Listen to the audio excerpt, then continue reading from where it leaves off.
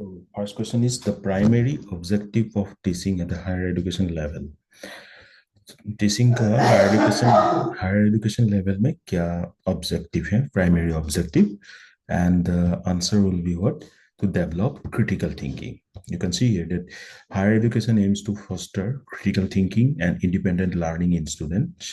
So critical thinking, to develop critical thinking is the answer. Second, a research paper is a brief report of research work based on what? Primary data, secondary data, both primary, secondary, neither primary, secondary. So this will be both because you know this research paper may both means maybe depending on both of types of data. Either it can be primary or secondary. It totally depends on the research objective. The next is which of the following is an example of formative evaluation. Formative evaluation का example क्या हो सकता है? तो you know weekly quizzes. Formative evaluation क्या होता है? Is an ongoing process and it helps in improving the learning during the process. ठीक है, ongoing process है. तो हम कैसे evaluation कर सकते हैं in continuous mode ताकि learning improve हो, ठीक है? So that will be some example of that will be weekly quizzes लिया आपने, ठीक है, assignment based quiz लिया तो weekly quizzes will be the answer, option B. Then the mode of communication that involves facial expression, gestures and posture is known as क्या होगा? Facial expression, gesture, postures ये सब इंक्लूडेड है तो ये आपका हो जाएगा नॉन वर्बल कम्युनिकेशन, ठीक है? Non verbal communication include facial expression, gesture, posture, ठीक है? Then which of the following is considered as the most important element in the communication process? सबसे important element क्या है communication process में? Obviously it will be the message, क्योंकि message is the central to the communication process as it actually conveys the core content. कोई भी communication process का सबसे core element आपका message ही होगा. And the two-factor theory of motivation is proposed by two-factor theory.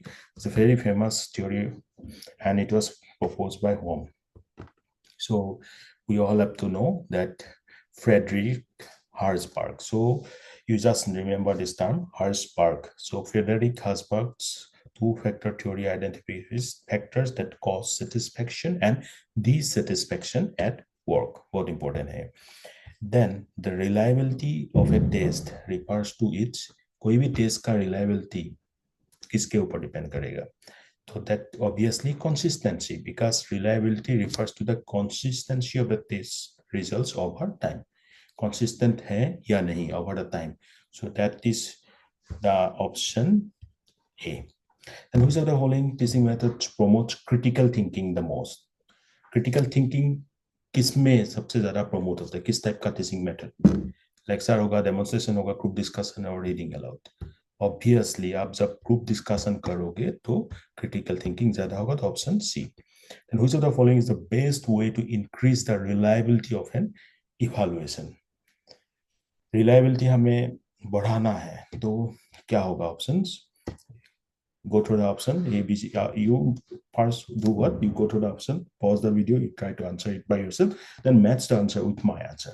ठीक है, तो इसका आंसर होगा आपका use more objective type questions, क्योंकि objective type questions help in enhancing the reliability of an evaluation by reducing the subjectivity.